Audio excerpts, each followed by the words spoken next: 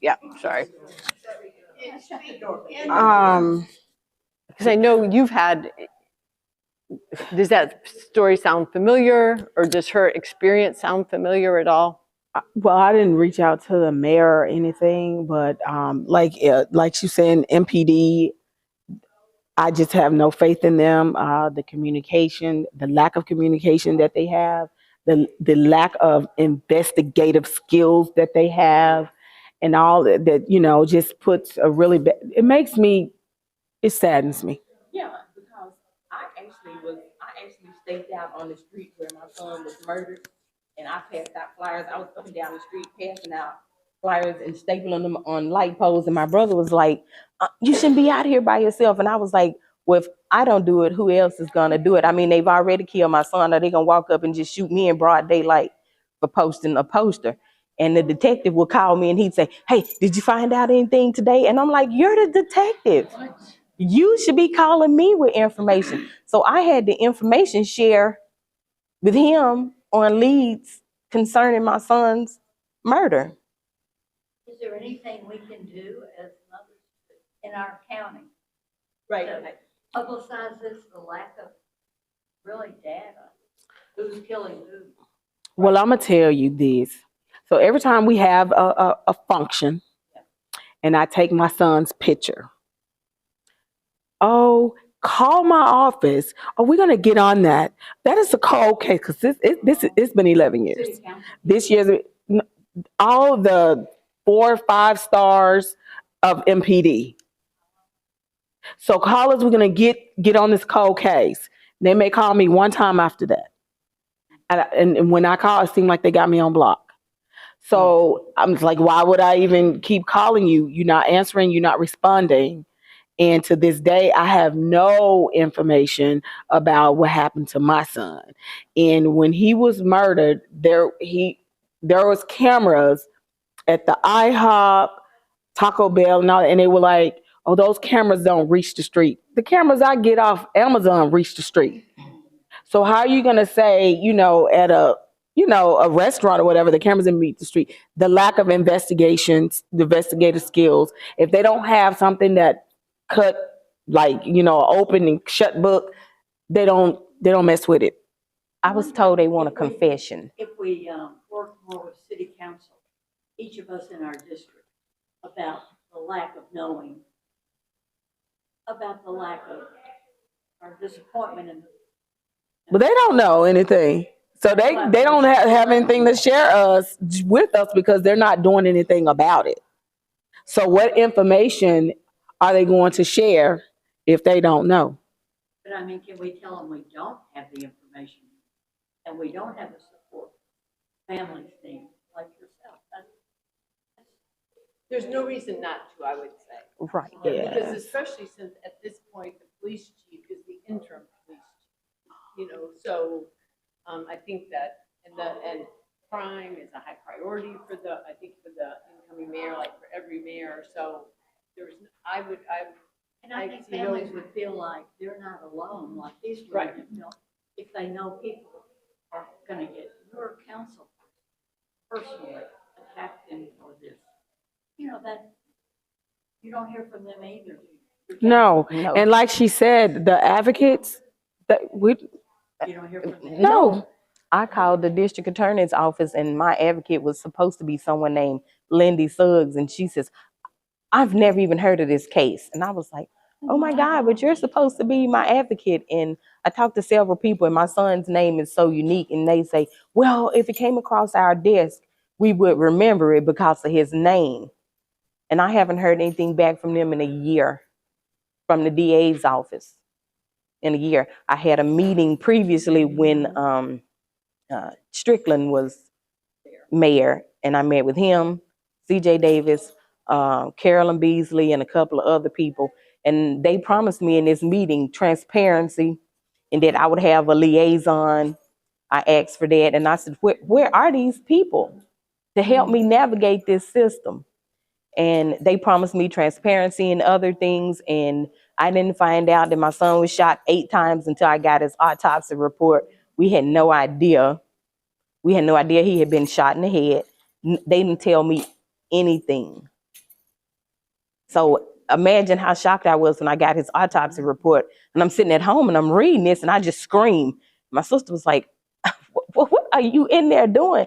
And I was like, oh my God, I'm reading his autopsy report and he was shot 8 times and one shot was to the head. And it brings me back to at the emergency room, no liaison for the police there to nothing. And the doctor walks out and says, well, I said, can I see him? And she said, no.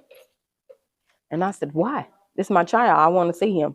And she said, well, his face is still perfect. I can tell you that. And I was like, what does this have to do with anything? I want to see him. They wouldn't let me see him. But of course, his body was in such bad shape that they didn't want me to see him. But she just said, his face is perfect. And I was like, okay, I want to see him. No liaison, nothing from the police department, no nothing. They just broke it to me like that in the ER, and there were police officers there, detectives and everything, and they had no one there to talk to me about anything. And he just goes into like, and I'm like, is this really happening? And so I got really quiet, and my sister said, oh, she said, this look just came over your face. And I said, okay, it's time to go. And I left because I was in such shock. It didn't hit me until I got home, and I was like, did they really just do this? The police? Nothing. No answers.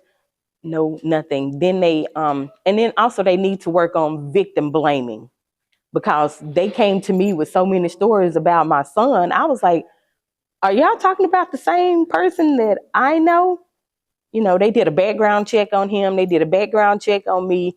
And meanwhile, the person that's accused of killing my son, he's out on Beale Street popping wheelies and gets caught with the gun that he shot my son with. And he was still let go. No charges have been formally brought against him due to the testimony of youth villages. So I'm very angry, but now I'm determined. So my anger has turned into determination. I was gonna, you have a new, you have a new member, not a new member, but somebody's moved back to Memphis from Massachusetts. And I know you, I don't know if you wanted to tell us a little bit My about your name is story. Adrienne Locklear. I'm a survivor of lost two sons.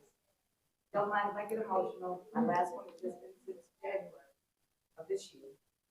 My eldest son was killed in 2016. My youngest boy was killed January 28th, the day before my son's birthday. We was trying to stay home with his little brother who was 19 years old. So it's very, very fresh for me. I got a big mouth. I got a loud mouth. I speak for 2 sons, so I don't need a microphone.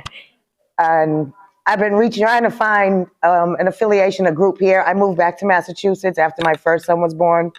I've spoken multiple times at multiple events. I've been to Washington with Grandmothers Against Gun Violence because my mom signed me up with it when I was going through my grieving process over my elder son.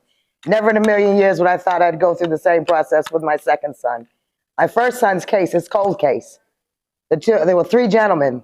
The 2 gentlemen that were there, we've no names, have now also been killed. There's one gentleman who's still out doing whatever, see his name in the newspaper, still committing crimes, never been charged for Isaiah's murder.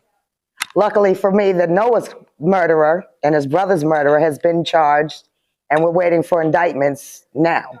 He's on a $2 million bond, and he also has 6 other counts of attempted murder because he shot off a switch gun in my son's home. He knew my son. He wasn't just somebody, a random guy out on the street. He was just a sick individual, and shot a gun and killed multiple, and shot and killed him and his brother, and shot multiple people inside my son's home. My thing is, they don't have any type of compassion. It's just a job. Because at the time of Isaiah's murder, they were doing the Lorenzen Wright case. My sympathy goes out to her mom, but they also have to have sympathy for the other mom who's continuously calling, do you have anything? What do you have? I'm giving you more information than you're actually doing the footwork for. And I didn't think it was fair for them to treat me like that and send me off to file the reports that I was denied because my son's case was still open, but they had no information on the active shooters who was still roaming the streets of Memphis. They found him, put him in jail. He said he gave the gun, one of the weapons that was used in Isaiah's murder, and he was going to be charged with facilitating. He was not. The judge didn't find evidence for him to be charged with facilitating, So therefore, he was able to walk out of the courtroom like any other given day, and he's out free to commit more murders and more crimes, and nothing has been done. That's the whole problem, is that they're allowing these kids out in the streets to continue to do crimes, Right. and we're still suffering. Right. He hasn't been charged with Isaiah's murder. He's not going to be charged with Isaiah's murder, nor is he going to be charged with facilitating of Isaiah's murder. My heart still wrenched because this boy and his family get to see him. I see a headstone. He doesn't have one yet because it's too fresh. I don't have the money for it yet to get my son a headstone or his brother. So I made them some angel wings out of mesh so that they would have a memorabilia, something that we know we could find them with the midst of everybody else's body on the ground.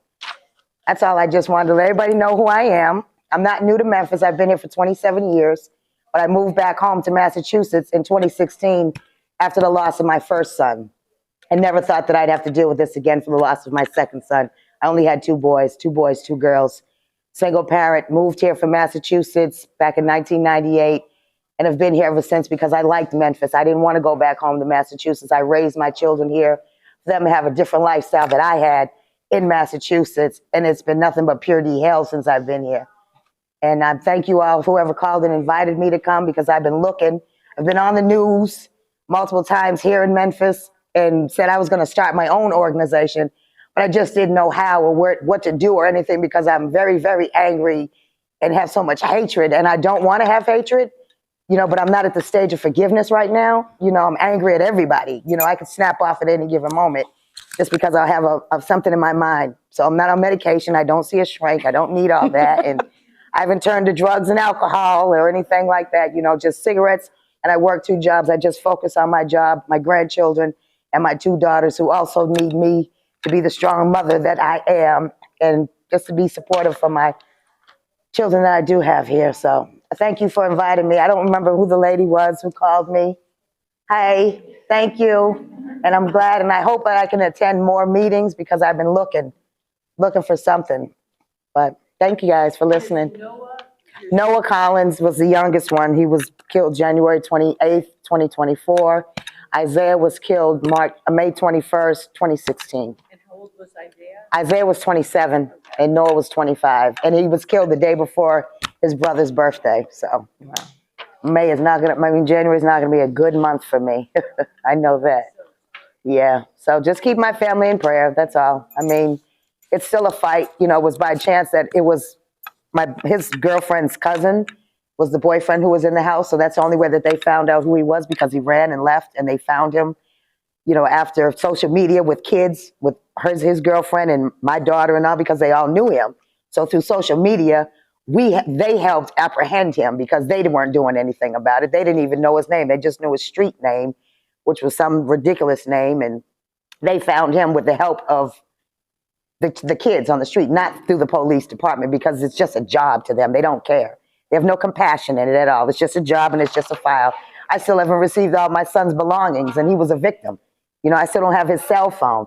They're calling me every week to come pick up. I can pick up the keys to his car. Now you can come pick up his wallet. You're reopening wounds to me. You should have done it all at one time. I'm sure you're overloaded and overwhelmed with murders and all that, but you have to prioritize somewhere, and you have to start somewhere. And I want them to be prioritized in my son's case. I want them to take consideration of my feelings. I know it's a job. You get paid for it. I don't. I'm paying for burials and funerals and helping him raise his son, and he doesn't have anybody here. So they just don't have any compassion. They need different training. I know there's an overwhelming and an overload of homicides in the city of Memphis. I do know that, but you still have to take priority to each and every one. You signed up for this job, not me. This was your job that you said that you were going to take. You took an oath to do this. You're not complying. They're not in compliance at all. They're a liaison with the health, the police department, even though they weren't helpful in Nashville. Is there a liaison? You can find out. I'll find out. Yeah. We don't know. Yeah. who, but nobody's ever contacted. Not at all. They still don't call me. I get a voicemail. I'm still trying to get my son's cell phone since January, and fake some other IDs, credit cards or what have you. I still haven't received any of that from him. But Isaiah had on him was a cell phone. He was shot, and it was for somebody else. And, 2 of his killers were already dead now. One of them was involved in the Young Dolph rapper guy. He was one of the guys that got killed. So they made it a big thing, media, because it was Young Dolph. But what about Isaiah, folks? Where's Isaiah's name all over the news screen? I knew the boy's name when he killed him.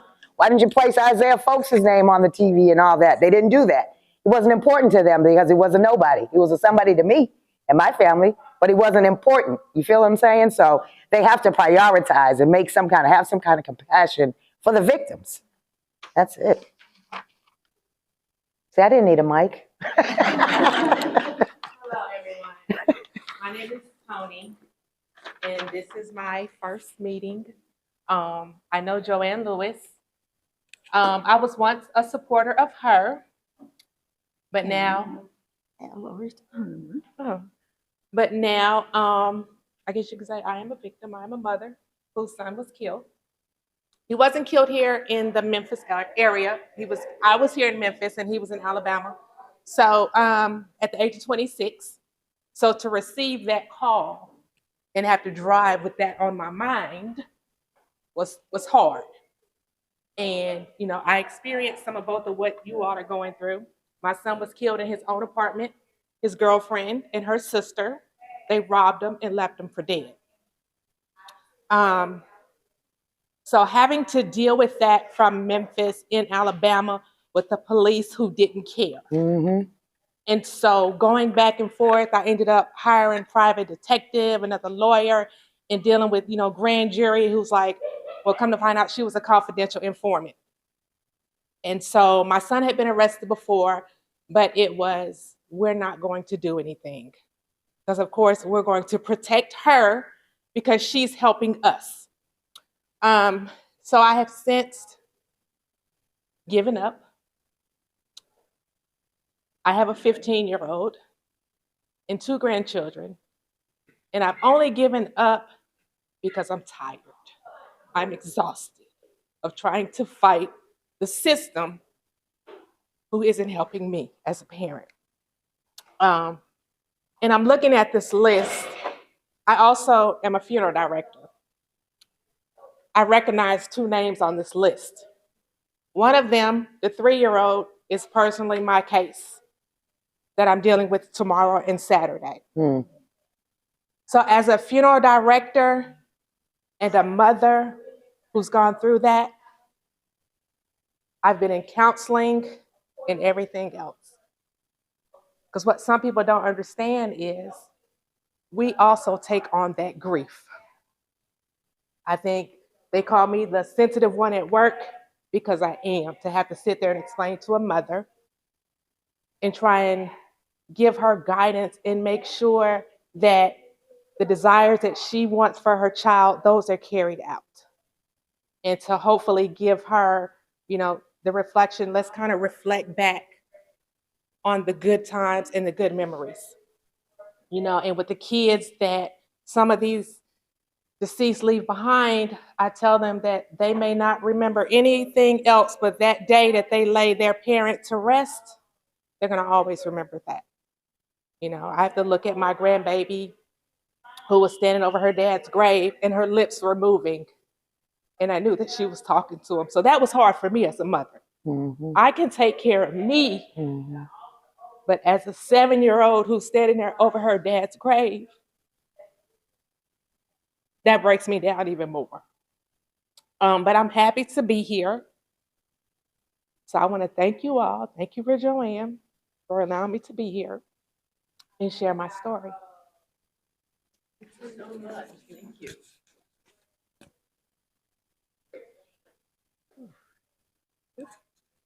Well, that's what we're about, right? Just sort of, yeah. Invite,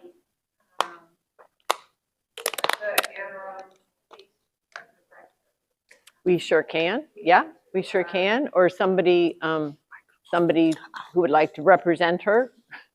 So yeah, that's a good idea. You know, and whatever else that people have mentioned, it looks to me, well, I have a pretty loud voice. Yeah. It looks to me like, from what people are saying, is the people in power ought to be here listening to what the concerns are, including our new mayor, who I do think is trying. I mean, I understand you saying, why did he invite the gang members? But I'm hoping he's talking to the gang members to give it up, you know, that give it up and not be shooting or killing. And, but we also need more from him. But that's all I've got to say, Okay. is to invite the people that I've heard from that you're not getting answers to. Okay, well, we are going to go on then and talk a little bit about talking about people, elected officials that should be, or people in power that should be paying more attention to what their constituents want. You know, the Tennessee legislature took a couple of votes recently, and where's Patricia? Patricia's going to give us an update, and we're going to have a little activity after Patricia reminds us of what the state legislature has done this week, and we've got elections coming up and what we can do in response. So at this particular moment,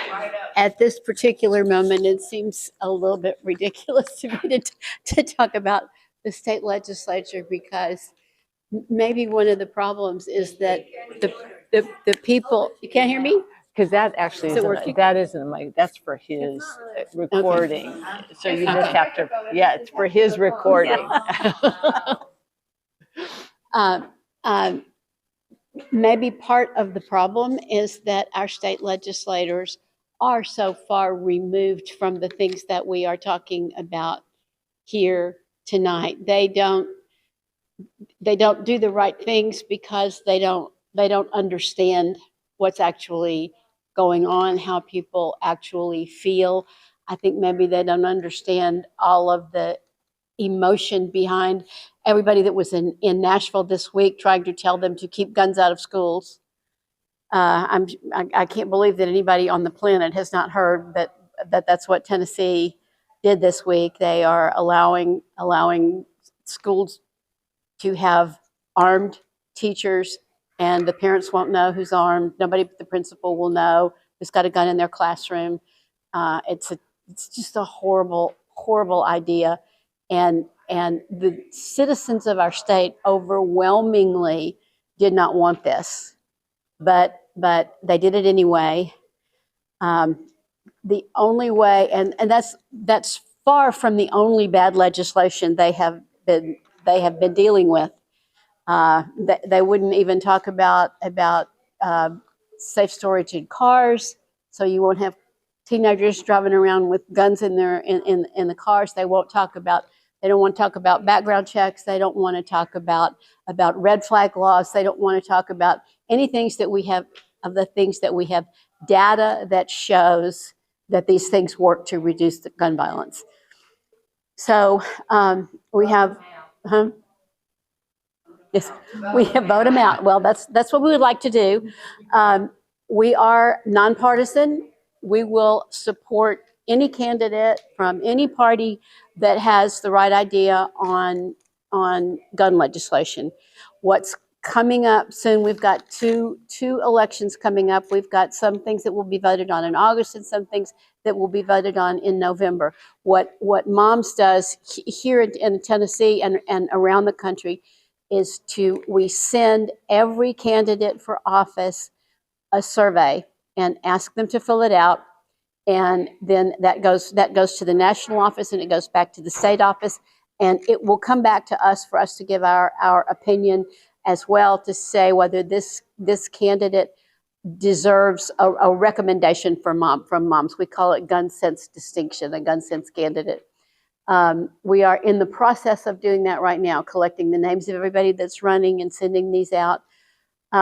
We will be asking people later on to look at with us and consider, of the candidates that have gotten that distinction, who do we think is most worthy of our help? Who do we think has the best chance of maybe getting elected to get rid of some of these people that are not voting the right way? And then once we have prioritized certain candidates, for us, we will ask you, give you opportunities to get out there and help. We may be knocking on doors, we may be phone banking, we may be writing postcards, we may be standing on we for sure will be standing on a street corner holding up a sign in the middle of the summer. But if you would like to do that, there are going to be plenty of opportunities for us to do that. I know it seems very far removed from what we've been talking about here, but nothing is going to change on the ground until we change some of the laws that are up there and we change some of the attitudes of the people that are in charge at the moment. Thank you. Thank you. Yeah. Yeah. Tricia, I, of course, was distressed about the Tennessee legislature vote this week and the fact that the governor's supposed to sign that legislation about arming teachers and staff in schools. Despite all of the covenant mothers being there, and you're talking about a very wealthy, conservative, Republican Belmead district in Nashville, and still. So And still. what is the why, answer to the why? Why do they insist on continuing on this path of destruction of humanity in our state? What is behind the why? Well, All right, so should we be I hear protesting the most gun of the lobby? answers that I'm hearing from people have something to do with the word money. Yeah, Okay. it has they are all supported by the gun lobby. So They- how do we reach that point to protest, to try to change that stream from the lawmaker and the gun lobby? That They have to be connection, how they have burn to that be more connection? afraid of us than they are of the gun lobby. But what the gun lobby tells them is that, this is the way we want you to vote on the legislation that's coming up.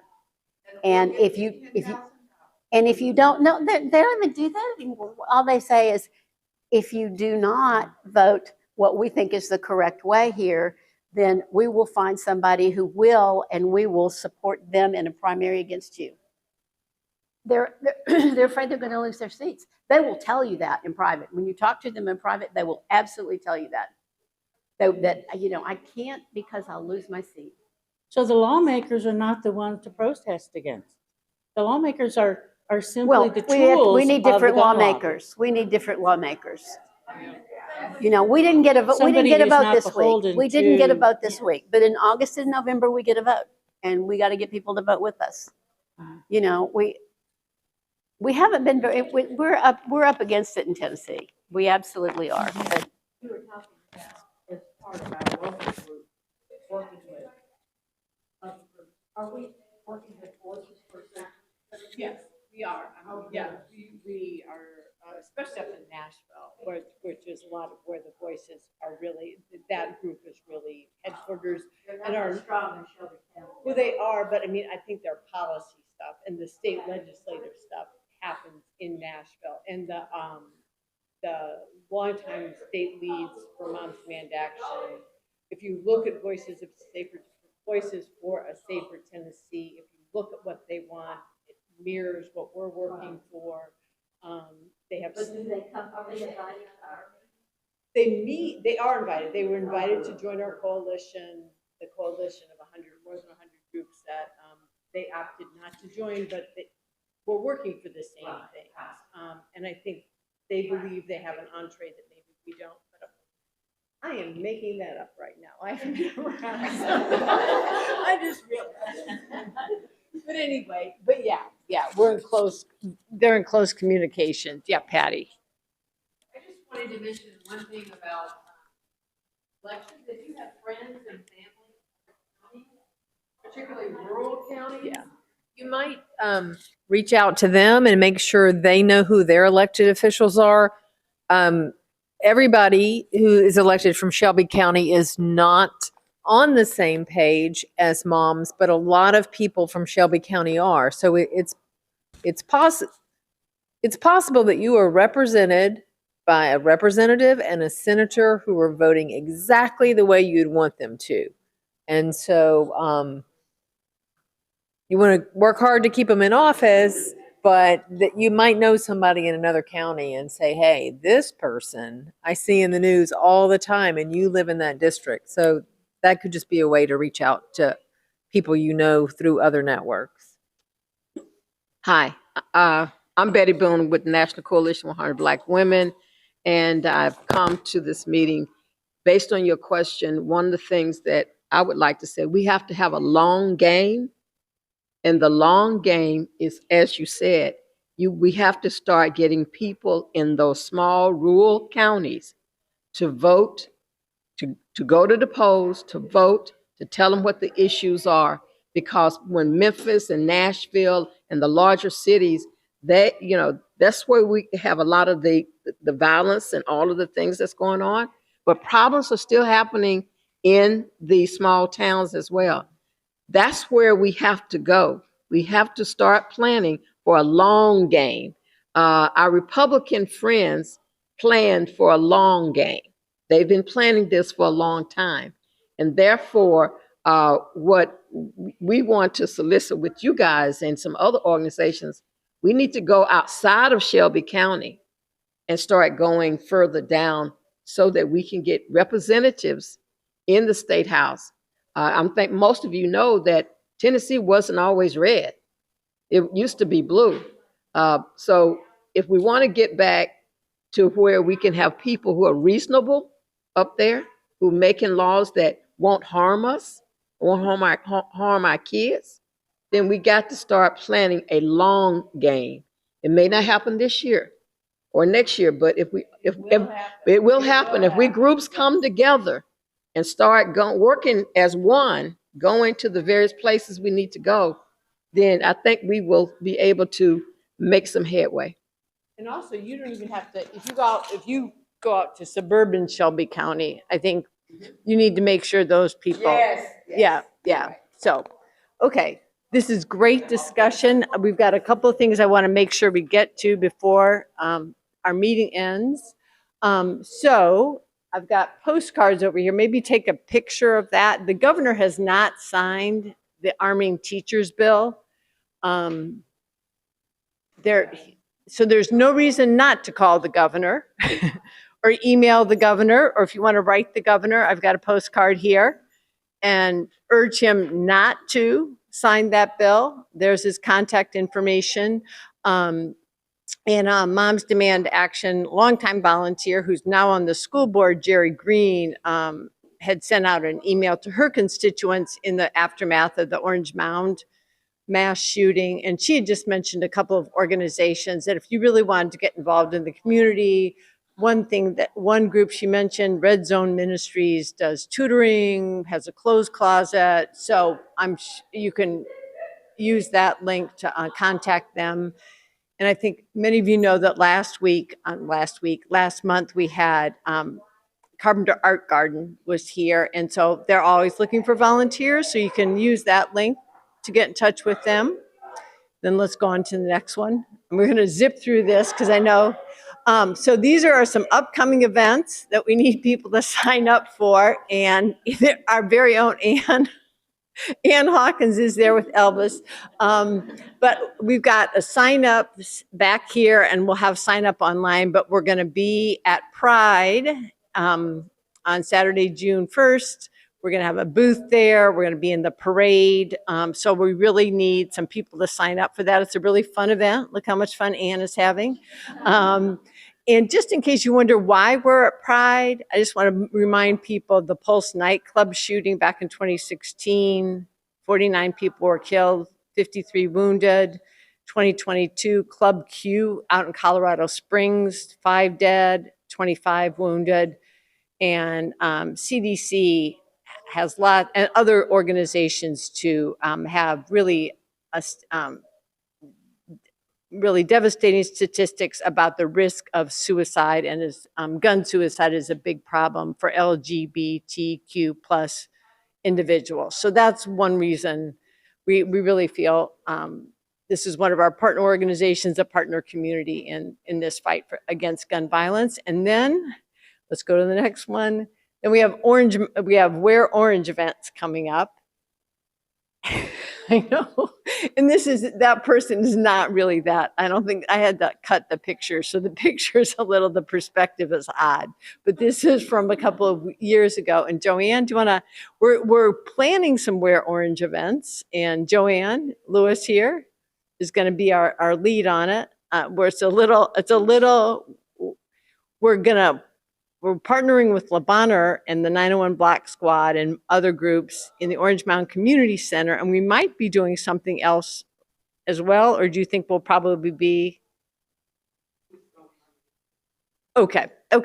So I'm hoping that's going to be on Saturday, June 8th, 10 a.m. to 11. And again, we'll send out an email once we have the details ironed out. And I'm really hoping people can sign up and spend a couple of hours. I know Le Bonheur was interested in one thing having us do is have a little station where people can write to their elected officials, urging them to act against gun violence. And I think Joanne's got some ideas too about other activities that moms could be involved in. So please stay tuned for that, because those are our two big events going into the summer.